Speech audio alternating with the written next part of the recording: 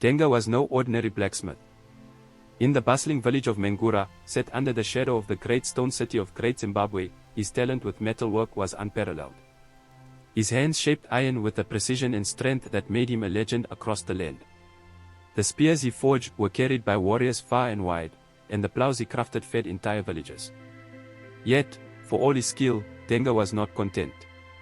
He looked around at the elders who ruled over his village, men who had never lifted a hammer yet commanded great respect. It gnawed at him that despite his talents, he was still seen as a mere artisan, while others reaped the fruits of his labor. Every day, as he stoked his forge and hammered away at his iron, Denga's bitterness grew. He believed he deserved more. His work brought prosperity to the village, yet the council of elders ruled without seeking his advice. His heart became consumed with thoughts of power, power over the village, power over the kingdom. He wanted the respect and authority that came with being a leader, not just a blacksmith. This burning ambition festered in his soul until it consumed him, planting the seed for a dark path that would change the fate of Mhangura forever. Late one evening, when the stars were obscured by clouds and the village slept, Denga worked alone in his forge. The rhythmic clang of his hammer filled the air, but suddenly, it was interrupted by a strange noise, a rustling from the edge of the forge's light. Emerging from the darkness was an old woman, her eyes glowing faintly in the flickering firelight. She wore a tattered cloak, and her gnarled hands clutched a twisted wooden staff. Her voice, though raspy, held a strange, commanding tone. "Denga, the greatest blacksmith in all of Zimbabwe," she began, "do you seek the power that lies beyond the forge?" Denga, though initially startled, found himself drawn to the old woman's words. She spoke of an ancient metal buried deep within the Matobo Hills, a metal that held not only physical strength but also magical properties. With it, she said, you can forge a weapon like no other, a weapon that can bend the world to your will. The temptation was too great. The idea of a weapon that could bring kings and warriors to their knees lit a fire in Denga's heart, brighter than any that had burned in his forge. He agreed to follow her instructions, though he knew the journey into the Matobo Hills was dangerous and forbidden. The journey to the Matobo Hills was not one that anyone in Mhangura undertook lightly. The hills were known to be a place of spirits, where ancestors roamed, and where even the bravest warriors feared to tread. Yet, Denga's determination and ambition pushed him forward. For days, he trekked through dense forests and over jagged rocks, his mind focused solely on the reward that awaited him. The old woman's words echoed in his ears, "The iron is pure, darker than night. It will give you power beyond your dreams." Finally, after nearly losing hope, he stumbled upon a cave hidden within the hills. Inside the cave, Denga found the metal the old woman had promised. It was unlike anything he had ever seen before, black as the darkest night and cold to the touch, it seemed to pulse with an otherworldly energy. He began to mine the ore with a feverish intensity, his mind racing with thoughts of the weapon he would create. This metal was different, it was alive in some way, almost as if it were calling to him. And as he packed the iron into his bag and made his way back to Mhangura, Denga felt a shift within him. The power he craved was now within reach.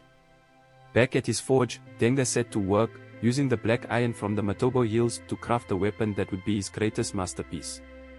Day and night, he hammered away, shaping the iron into a spear unlike any other. He called it Shamba Yamoto, the Lion of Fire. The weapon glowed with a faint, eerie light, and as he worked, Denga could feel a strange energy coursing through his veins. His connection to the spear grew with every strike of the hammer, and soon, it felt as though the weapon was an extension of himself. But Denga's creation was more than just a spear. The old woman had given him an incantation to bind his soul to the weapon, granting him powers beyond mortal men. With a whispered chant and the final strike of his hammer, the pact was sealed. Shamba Yamoto was now part of Denga, and he could feel its dark energy surging through him. His eyes glowed with the same fire that burned within the spear, and he knew in that moment that no one could stand against him.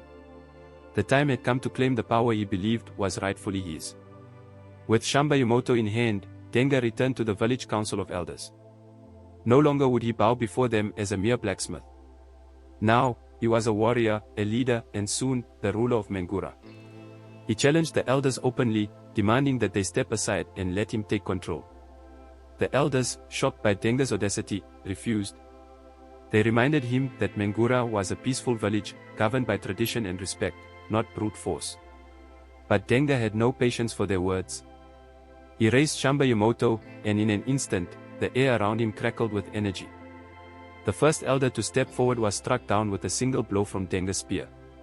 His body fell lifeless to the ground, the fire in his eyes extinguished by the dark power of the weapon. The other elders, horrified, tried to flee, but Denga pursued them relentlessly.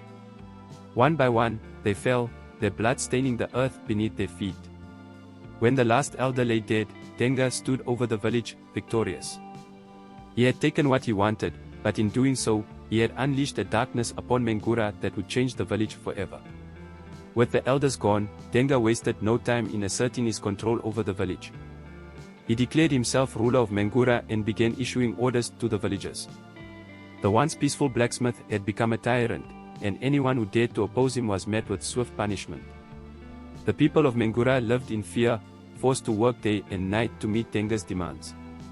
He expanded his forge, crafting more weapons from the cursed iron of the Matobo Hills, preparing for the day he would march on Great Zimbabwe and claim the kingdom for himself. The villagers whispered of rebellion, but no one was brave enough to face Denga and his enchanted spear. His power had grown beyond that of any normal man, and the dark magic of Shamba Yumoto made him nearly invincible. Yet, in the shadows, a small group of villagers began to plot Denga's downfall.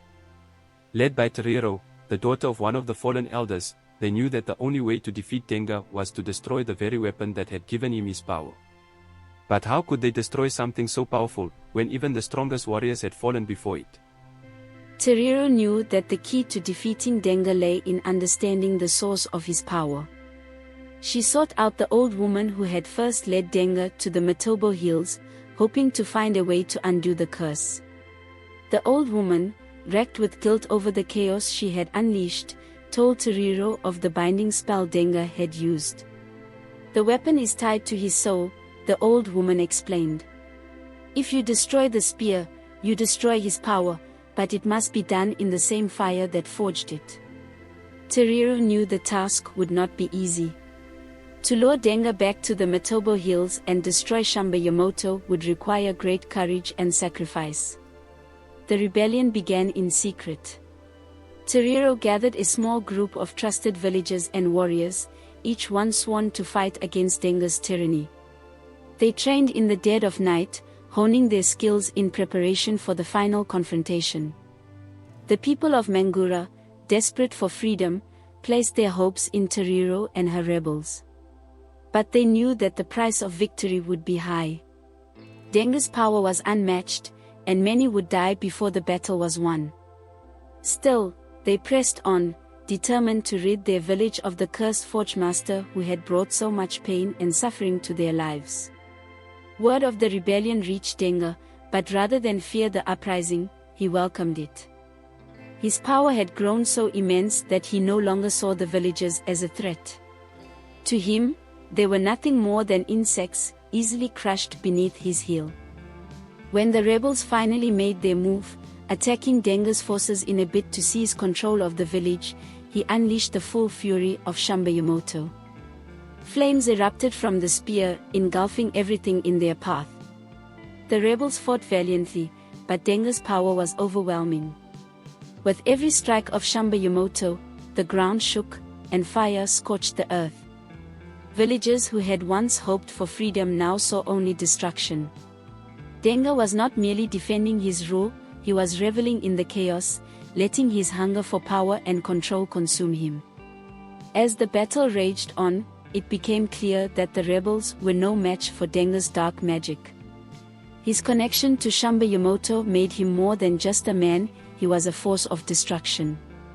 But even as their numbers dwindled, Tariro and her closest warriors continued to fight. They knew that brute strength alone could not win this battle. Their only hope was to lure Denga to the Matobo Hills, where they could destroy the cursed spear and end his reign of terror once and for all. In the midst of the chaos, Tariro realized that they could not defeat Denga in the village. She and her remaining warriors retreated into the hills, hoping that Denga's arrogance would lead him to follow. The dark power of the spear had made him overconfident, and Tariro knew that his desire for complete domination would draw him to the place where it all began. Denga, consumed by his desire to crush all who opposed him, pursued them without hesitation. He followed them to the Matobo Hills, where the air felt thick with ancient magic, the very ground humming with the spirits of the past. As Denga arrived at the cave where he had first discovered the black iron, Tariro and her warriors lay in wait. They knew the time had come for the final confrontation. Tariro had prepared for this moment, knowing the risks involved. The forge where Denga had created Shamba Yumoto still burned within the cave, its molten fire the only force strong enough to destroy the cursed weapon. But getting the spear into the forge would require a sacrifice, and Tariro was ready to make it. The ancestors had guided her to this moment, and she knew that her fate was tied to the fate of Mhangura. The final battle took place in the cave, beneath the looming shadows of the Matobo Hills. Denga, blinded by his power, clashed with Tariro and her warriors. The fight was fierce, but with every swing of Shamba Yumoto, Denga's strength seemed unstoppable. Flames erupted from the spear, and his opponents fell one by one. But Tariro was patient. She watched Denga's movements closely, waiting for the right moment to act. Her heart raced, but she knew that everything hinged on one final gamble. As Denga raised Shamba Yumoto to strike her down, Tariro feigned weakness, allowing him to close in on her. In that moment, she made her move, diving toward the spear and wrenching it from his grasp. Denga, caught off guard, stumbled back, and Tariro, with all her strength, hurled the spear into the molten forge. The moment Shamba Yumoto touched the fire, a great roar filled the cave, as if the very hills themselves were crying out. The spear melted, its dark magic unraveling, and Denga, now severed from the source of his power, collapsed to the ground. His body withered before their eyes, his soul consumed by the curse he had embraced. In the end, Denga's ambition had been his undoing. The village of Mhangura was free, but the cost had been great. Tariro and her warriors emerged from the cave, battered and bloodied but victorious. The cursed iron of the Matobo Hills had been destroyed, and with it, the tyranny of Denga. His story would be passed down for generations, a warning of the dangers of unchecked ambition and the dark paths that power can lead a man to tread.